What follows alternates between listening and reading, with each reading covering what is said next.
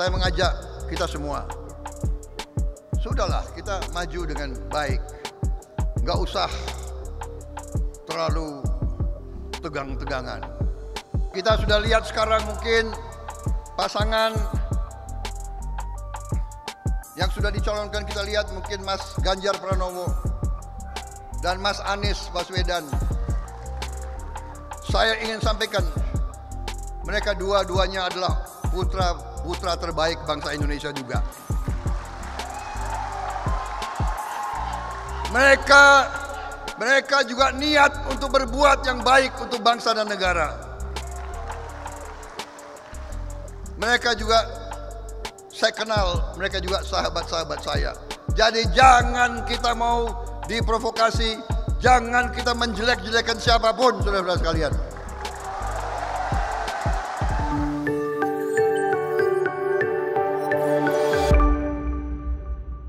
Baik, Assalamualaikum warahmatullahi wabarakatuh. Kita berjumpa lagi dalam siaran mikrofon Hasan Nasbi. Sekarang kita sudah masuk ke episode 112. Dan kali ini saya mau membahas tema dengan judul mendukung capres itu nggak dosa. Ya, kenapa sih harus ngomongin dosa? Ya, ini saya membaca komentar-komentar, pernyataan-pernyataan, tulisan-tulisan, menonton video, dan bahkan juga mengalami sendiri pertanyaan-pertanyaan seolah-olah kalau kita mendukung capres tertentu itu seperti berdosa. Nah, saya mau cerita sedikit ya. Jadi karena saya tahun 2019 itu, sebenarnya dari tahun 2014 ya. Tahun 2019 kan saya bagian dari pendukung Pak Jokowi. Bagian dari pendukung Pak Jokowi itu baik bekerja secara profesional maupun juga memang secara hati saya mendukung Pak Jokowi. Nah, maka saya di-invite lah bergabung ke beberapa grup pendukung Jokowi. Baik itu menamakan relawan kah, working group kah, atau apapun itu isinya pendukung Jokowi. Nah, dalam beberapa kesempatan akhir-akhir ini, kemudian ada 1-2 grup kemudian berusaha dengan sepihak kemudian misalnya mengubah namanya menjadi grup pendukung Ganjar Pranowo. Jadi langsung mau di fait accompli aja, grup pendukung Jokowi kemudian di fait accompli menjadi grup pendukung Ganjar Pranowo. Tentu kemudian terjadi perdebatan terutama oleh orang-orang yang pada saat ini memutuskan untuk tidak mendukung Ganjar Pranowo. Tapi kemudian yang tidak mendukung Ganjar Pranowo kok seperti diberlakukan seperti pendosa. Dipertanyakan gitu. Dipertanyakan baik itu di Japri maupun di grup, kemudian dipertanyakan, loh Anda nggak dukung Ganjar Pranowo gitu. Atau di Japri Anda sebenarnya dukung siapa? Anda dukung Prabowo ya? Gitu. Loh terus kenapa? Maksudnya kita dukung siapa itu kan urusan kita ke depan. Tapi bahwa kita bersilaturahmi dalam sebuah grup yang bernama grup pendukung Jokowi itu kan akan jalan terus. Dan saya pastikan tidak semua yang ada di grup itu jadi pendukung Ganjar Pranowo. Karena nature-nya kan seperti itu. Kan nggak bisa ditransfer 100%. Kalau ada 100 orang di sana kemudian 100-100-nya jadi pendukung Ganjar Pranowo kan nggak bisa seperti itu. Makanya saya bilang, kalau Anda ingin menjadi pendukung Ganjar Pranowo, bikin aja grup yang beda. Bikin aja grup yang baru.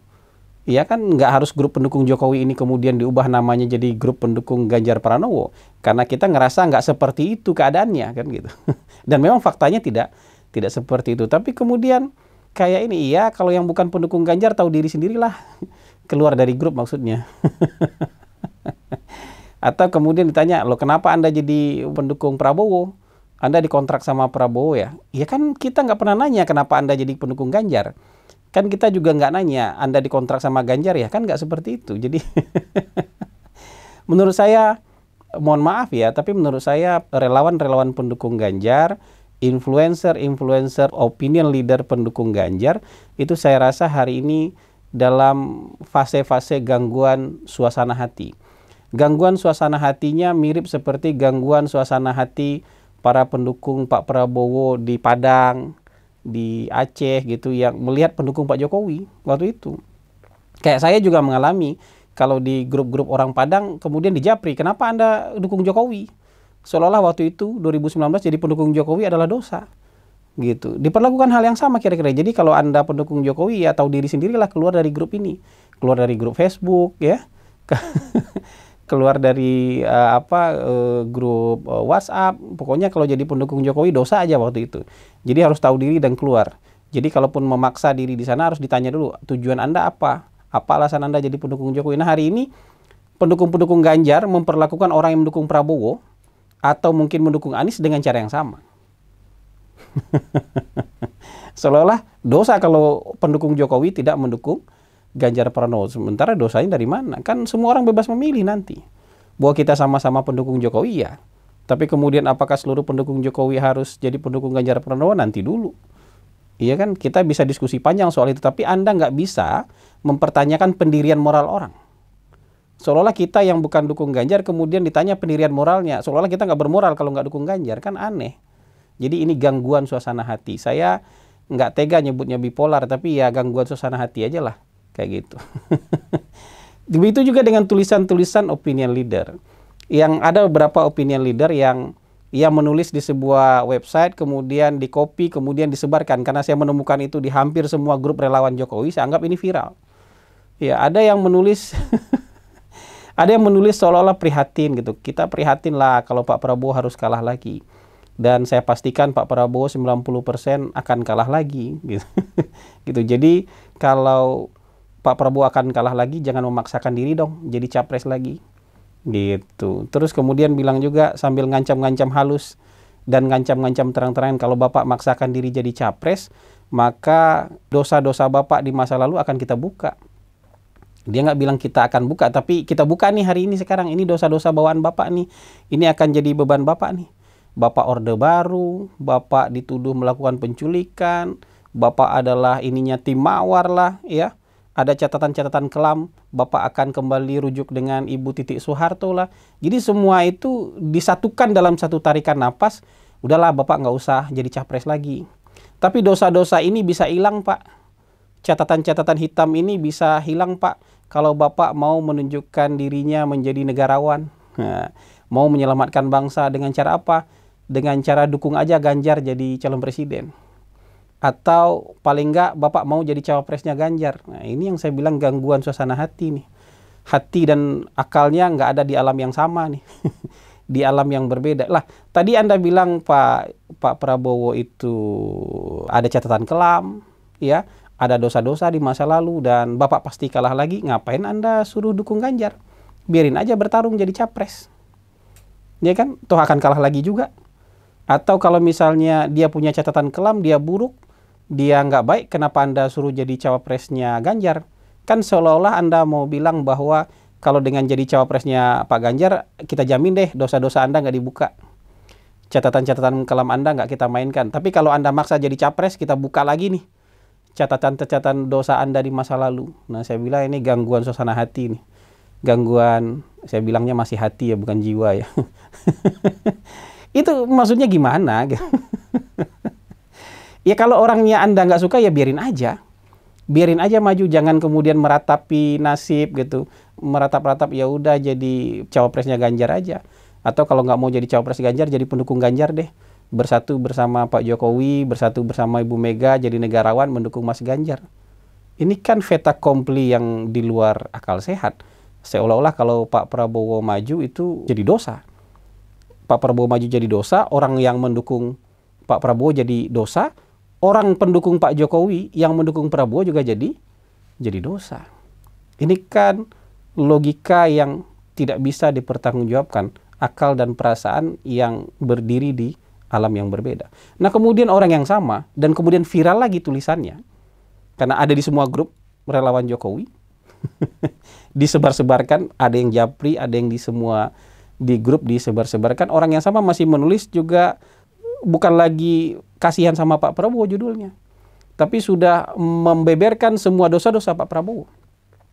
Dosanya itu juga Pak Prabowo ini pura-pura baik aja sama Pak Jokowi. Dia pura-pura baik sama Pak Jokowi, pura-pura loyal sama Pak Jokowi, dan terbukti dia ternyata bernafsu ingin jadi capres. Loh, kok di framing orang bernafsu jadi capres? Jadi apa tujuannya mau jadi capres? Itu kan berarti dia pengen berkuasa. Loh, semua orang pengen jadi capres, itu pengen berkuasa. Mau Prabowo, mau Anies, mau Ganjar, mau siapapun ingin jadi capres, ya ingin berkuasa. Dan orang yang sampai di posisi tertentu layak untuk menjadi capres. Apalagi Pak Prabowo, dia ketua partai. Dia sekarang menteri. Ya kan? Elektabilitasnya tinggi, kenapa dia nggak berhak jadi capres? Justru jauh lebih berhak Pak Prabowo jadi capres dibandingkan Ganjar. Kalau menilik kualifikasi, dia ketua partai, partainya besar, elektabilitasnya tinggi, dia sekarang menteri. Menterinya Pak Jokowi, yang artinya 5 tahun terakhir dia paham maunya Pak Jokowi apa. Pak Prabowo itu menterinya Pak Jokowi. Mas Ganjar itu gubernurnya PDIP. Jadi kira-kira yang lebih ngerti Pak Jokowi siapa? Yang ngerti perdebatan-perdebatan di dalam kabinet untuk memutuskan kebijakan secara nasional siapa? Menterinya Pak Jokowi atau gubernurnya PDIP? Ini kan logika menurut saya. Jadi kita nggak pernah menyalahkan. Orang-orang pendukung Prabowo juga nggak pernah menyalahkan kenapa orang dukung Ganjar. Dukung Anies saja nggak dosa. Dukung Prabowo juga nggak dosa. Dukung Ganjar juga nggak dosa. Kenapa kemudian orang mendukung Prabowo kemudian atau Prabowo-nya dianggap dosa kalau mau maju capres. Jadi katanya kalau Bapak memaksakan diri terus mau jadi capres ya berarti Bapak nggak punya tujuan yang baik, kan gitu. Pura-pura baik dan loyal aja sama Pak Jokowi, kan gitu. Jadi ditanya tujuan Pak Prabowo berkuasa apa? Loh, orang kan juga bisa nanya tujuannya Ganjar mau jadi capres apa? Tujuan Anies mau jadi capres apa? Itu kan sama persis dengan tujuannya Prabowo menjadi kuasa. Jadi seolah-olah kalau tujuannya Ganjar mau berkuasa adalah demi kebaikan Indonesia, tujuannya Pak Prabowo berkuasa demi keburukan Indonesia. Itu kan mau seenaknya aja namanya, kan gitu. Dan kemudian akhirnya kembali dibungkus, ditutup dengan kata-kata, udahlah Pak Prabowo. Daripada Pak Prabowo 3 kali kalah jadi capres, mending jadi cawapresnya Mas Ganjar aja. Ininya di mana? Tadi orangnya nggak baik, cacatnya banyak, kesalahan-kesalahannya banyak, dan daripada Anda kalah, mending jadi cawapres aja. Terus tiba-tiba dia jadi baik kalau dia jadi cawapresnya Ganjar. Itu yang saya sebut dengan gangguan suasana hati. Mungkin gangguan suasana hati ini berdasarkan fakta-fakta yang memang mereka nggak bisa ungkapkan tapi berasa di alam pikiran dan perasaan mereka. Fakta pertama bahwa tampaknya juga Pak Jokowi ingin memberikan blessing kepada Pak Prabowo. Entah blessingnya dalam bentuk apa, tapi kita melihat blessing itu ada. Apakah nanti akan ada relawan yang menjadi wajahnya Pak Jokowi mendukung Pak Prabowo? Bisa aja.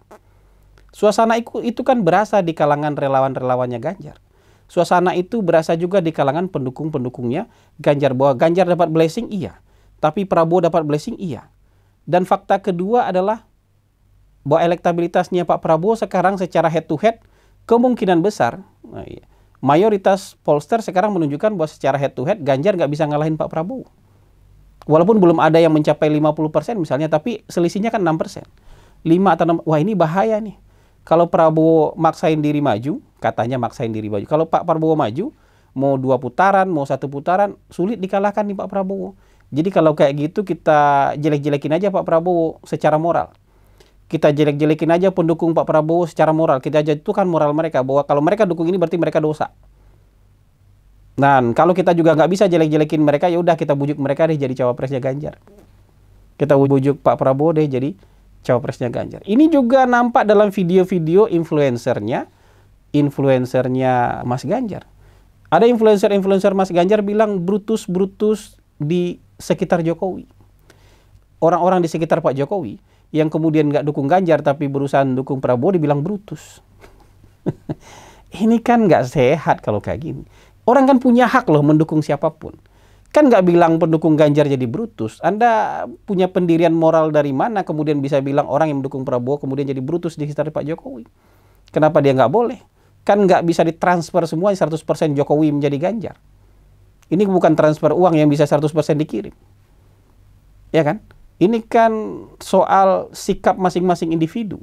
Siapa yang dinilai paling layak untuk melanjutkan kepemimpinan Pak Jokowi. Ada orang yang beranggapan bahwa Ganjar layak melanjutkan Pak Jokowi, wajar silakan. Ada orang yang menganggap Pak Prabowo layak melanjutkan Pak Jokowi juga wajar, silakan. Sama wajarnya, sama baiknya, sama bolehnya, dan nggak ada salah satu yang berdosa untuk itu. Ada juga yang bikin video dan kemudian itu menjadi viral juga di kalangan pendukung-pendukung Pak Jokowi, yang kemudian jadi pendukungnya Mas Ganjar, bahwa udahlah Pak Prabowo, Anda kan pasti dilema nih. Dilema antara memaksakan diri menjadi calon presiden atau menjadi guru bangsa. Gitu. Pak Prabowo di fait accompli memaksakan diri jadi presiden. Bayangin coba. Orang yang punya partai, partainya besar, elektabilitasnya tinggi, ya, dan sekarang jadi menterinya Pak Jokowi, dibilang memaksakan diri jadi presiden. Kalau saya mau jadi calon presiden, itu namanya maksakan diri. Tapi Pak Prabowo nggak maksain diri. Mas Ganjar nggak maksain diri. Kenapa? Iya, dia orang partai, gubernur, ya kan, gubernur sudah 2 periode, nggak maksain diri. Tapi kalau Pak Prabowo dia nggak maksain diri, maka Mas Ganjar jauh lebih maksain diri. Mas Anies jauh lebih maksain diri. Jadi pola pikir bahwa kalau nggak dukung orang yang kita dukung itu dosa, itu salah besar. Kalau Anda mau negara ini nggak terpecah, kalau Anda mau negara ini baik-baik aja, ikut kata-kata Pak Prabowo itu yang di Jogja kemarin. Bahwa Mas Anies, Mas Ganjar tuh orang-orang terbaik, putra-putra terbaik negeri ini. Jadi nggak usah tegang-tegang. Nggak usah kita mikir rumit-rumit, nggak usah takut-takut bahwa mereka putra-putra terbaik bangsa yang ingin kebaikan juga buat negeri ini. Jadi nggak usah pusing. Termasuk juga Pak Prabowo putra terbaik bangsa. Itu cara berpikir rekonsiliasi. Kita tetap berkompetisi. Kita tetap mungkin bertentangan, berseberangan secara ide. Tapi untuk negara Republik Indonesia kita pengen yang terbaik kan gitu. Biarkan masyarakat memilih yang terbaik. Jangan dicap dosa kalau milih yang lain. Karena kalau Anda menganggap dosa sebagai pendosa ini pemilih calon di luar Anda, ya negara kita kan nggak kunjung baik. Pak Prabowo itu ngasih contoh loh. Ada banyak jenderal yang selalu berseberangan dan nggak suka sama Pak Prabowo. Jenderal itu selalu berusaha mengalahkan Pak Prabowo dalam setiap kompetisi politik. Bahkan sebagian itu adalah orang-orang yang merekomendasikan pemecatan Pak Prabowo dari tentara. Tapi hari ini, habis Lebaran tahun ini, semuanya didatangi. Jenderal-jenderal yang pernah berseberangan dengan dia, yang membenci dia datangi. Itu secara psikologis dia mencapai level yang mungkin susah kita capai level itu. Ya, susah kita capai level itu. Kan nggak gampang. Karena secara politik sekarang yang paling tinggi jenderal itu, posisi politiknya Pak Prabowo. Fair aja. Tapi dia datangi itu orang-orang yang sudah lewat puncak karirnya. Dan sekarang mungkin juga nggak punya kuasa apa-apa. Dia datangi satu persatu. Kenapa? Ini rekonsiliasi. Saya nggak mau gembar-gembor dengan kata-kata soal rekonsiliasi, tapi saya tunjukkan dengan perbuatan. Dan ini kan nggak gampang dan nggak perlu sebenarnya. Kenapa? Orang ini nggak menyediakan tiket lagi kok. Kalau dari sisi dukungan juga mungkin orang ini nggak punya pendukung lagi kok. Tapi saya datangi itu. Di saat saya ada di puncak posisi karir saya politik saya hari ini, saya datangi orang yang sudah turun karir politiknya. Orang yang sudah sama sekali nggak ada lagi pengaruh dan karir politiknya sama sekali. Saya datangi. Itu simbol rekonsiliasi tanpa kata-kata, tapi dengan perbuatan. Nah ini yang masih muda, yang masih fresh, kemudian menggalang opini bahwa oh Pak Prabowo itu cacat nih, banyak dosanya ini.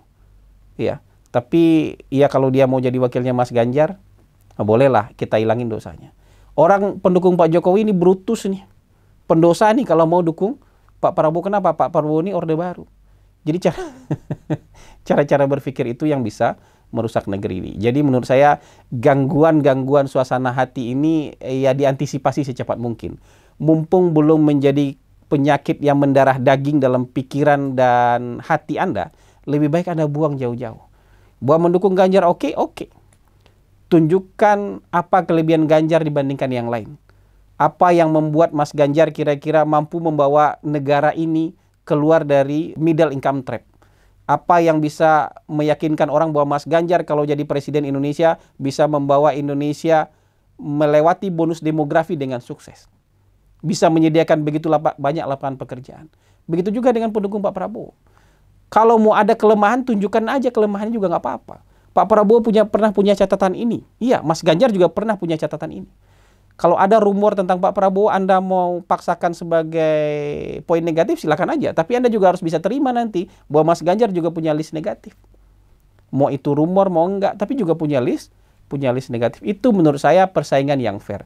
Tidak menganggap orang yang maju itu sebagai pendosa, tidak menganggap pendukung siapapun yang maju itu sebagai pendosa. Karena kalau enggak, Anda akan sama dengan pendukung-pendukung Pak Prabowo yang sekarang mungkin jadi pendukung Mas Anies di Sumatera Barat, di Aceh, di Jawa Barat, di Nusa Tenggara Barat, yang menganggap pendukung Pak Jokowi itu sebagai pendosa. Saya mungkin, kemungkinan besar, akan mengalami hal yang sama. 2019 dianggap pendosa karena dukung Pak Jokowi. Hari ini mungkin dianggap pendosa sebagai orang yang tidak mendukung Mas Ganjar Pranowo. Terima kasih, itu saja. Semoga bisa jadi renungan buat kita bersama. Wabillahi taufik wal hidayah. Wallahu muwafiq ila aqwamit thariq. Wassalamualaikum warahmatullahi wabarakatuh.